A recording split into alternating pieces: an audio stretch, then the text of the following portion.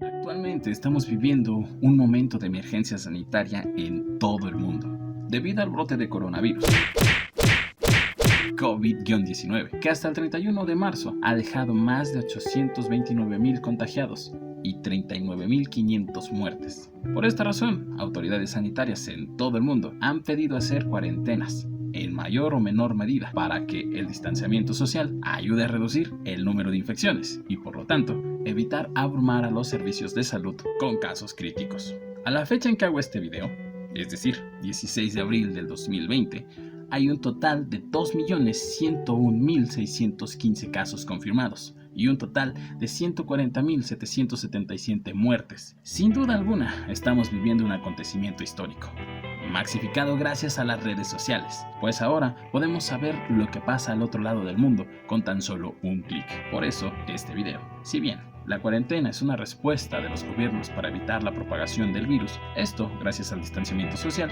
no hay una fecha de inicio para una cuarentena oficial, al menos a nivel global. La primera cuarentena directa por la pandemia del COVID-19 tuvo lugar en la República Popular China, cuando el gobierno ordenó el encierro de toda la provincia de Hubei el 23 de enero del 2020, que incluía Wuhan, ciudad donde apareció el SARS-CoV-2, que origina la enfermedad. De ahí en adelante, cada país tomaría sus respectivas medidas para hacerle frente a esta pandemia. En México, por ejemplo, desde el 20 de marzo se decretó que se suspenderían las clases en el país para dar inicio de esta manera con la cuarentena, que se tenía previsto que durara poco más de un mes, es decir, el 30 de abril. Sin embargo, el jueves 16 de abril, el doctor Hugo López-Gatell, subsecretario de Promoción y Prevención de la Salud, informó que la cuarentena se extenderá hasta el 30 de mayo para seguir combatiendo la expansión del COVID-19. Es por eso que, como pequeño creador de contenido que soy, quería hablarles sobre el origen de la cuarentena, algo así como su historia.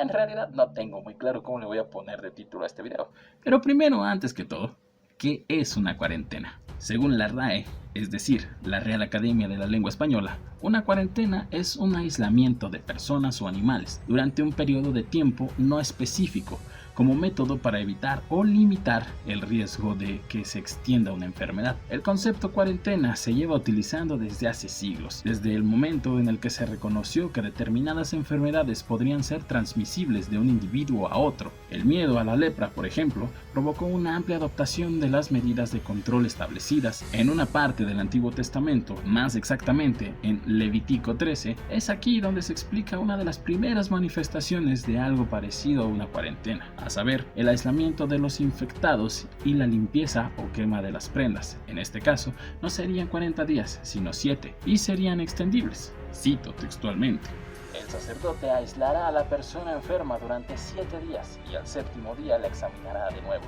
Si juzga que la infección no ha seguido expandiéndose sobre la piel, aislará a esa persona otros 7 días. Cumplidos los 7 días, el sacerdote la examinará otra vez, y si el mal no se ha extendido sobre la piel, sino que ha disminuido, la declarará pura.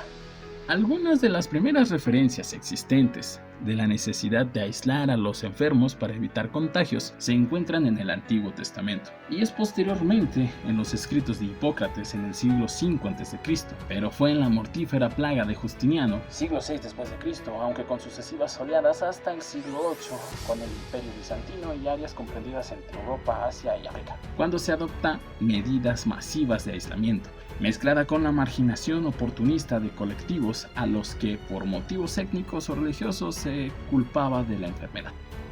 O sea, les echaban culpa por mandato divino o algo así. En el mundo islámico, el aislamiento de grupos de enfermos, incluso aquellos con lepra, puede rastrearse en el año 706, cuando el califa Omeya al-Walid construyó el primer hospital islámico en Damasco, con secciones separadas para los pacientes con lepra. Durante la Edad Media, la construcción de leprosarias se difundió a lo largo de toda Europa, donde llegaron a haber 19.000. Ya entrada la Edad Media, las comunidades sanas hicieron intentos para evitar entradas de bienes y personas a las comunidades infectadas, como medida contra las enfermedades fatales y de elevada propagación.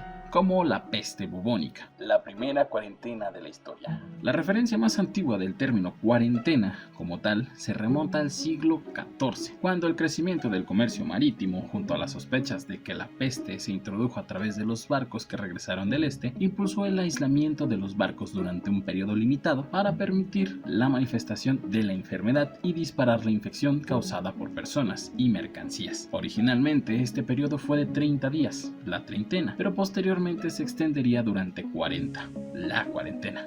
La primera ciudad en aplicar un periodo de cuarentena, es decir, la treintena extendida 10 días más, sería Venecia, en 1423. La implementación de esta cuarentena, llamada el Lacereto, tuvo lugar en una isla cercana a la ciudad para evitar la propagación de la temida peste negra. El sistema veneciano se convirtió en un modelo a seguir por otros países europeos, y la cuarentena pasó a ser la base de control generalizada de las enfermedades infecciosas durante varios siglos. La elección de este periodo de tiempo parece casual, pero podría haber estado influenciado por la importancia del número 40 para la religión cristiana. Según la Enciclopedia Británica, es muy posible que esté basado en el tiempo que Moisés y el pueblo hebreo pasó aislado en el desierto, es decir, 40 años. La práctica de la cuarentena se extendió en siglos posteriores a otras enfermedades además de la peste, como la fiebre amarilla, del que hubo algunos brotes con el crecimiento del comercio estadounidense, y el cólera, que se asoció particularmente con la peregrinación a la Meca.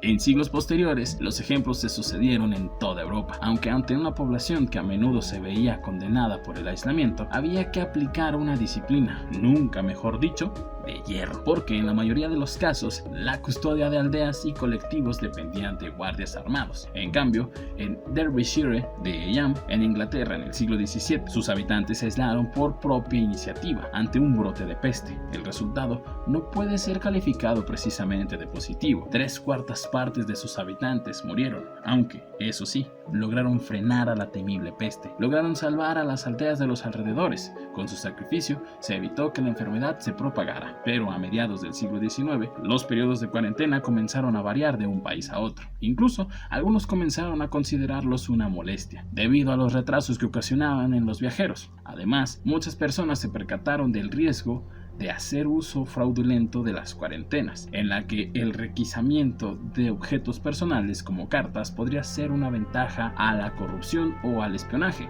Históricamente, la cuarentena fue y es utilizada como un método drástico para contener la expansión de enfermedades contra las que la medicina no tiene recursos, frente a la lepra o la famosa peste bubónica, contra la fiebre amarilla, el cólera, el tifus o la llamada gripe española de 1918. Sí, yo sé que está mal llamarla gripe española, pero así se le conoce. Mira, si sobrevivimos dejamos la explicación para después. La cuarentena era el último recurso en un mundo mucho más interconectado de lo que a menudo se cree, donde la propagación de enfermedades eran en muchas ocasiones a nivel global. En muchos casos, la cuarentena saca lo peor de la sociedad, ya que en algunas ocasiones la cuarentena ha sido utilizada de una manera racista contra la población. Hay varios ejemplos sobre esto. En 1892, un brote de fiebre tifoidea se expandió en los barrios donde vivían inmigrantes judíos rusos en Nueva York. Las autoridades detuvieron y trasladaron a cientos de ellos a capas de cuarentena en la isla del Mano del Norte. Allí se aislaron exclusivamente a inmigrantes, incluso muchos que no estaban infectados y que contrajeron la enfermedad precisamente por estar ahí. O bien,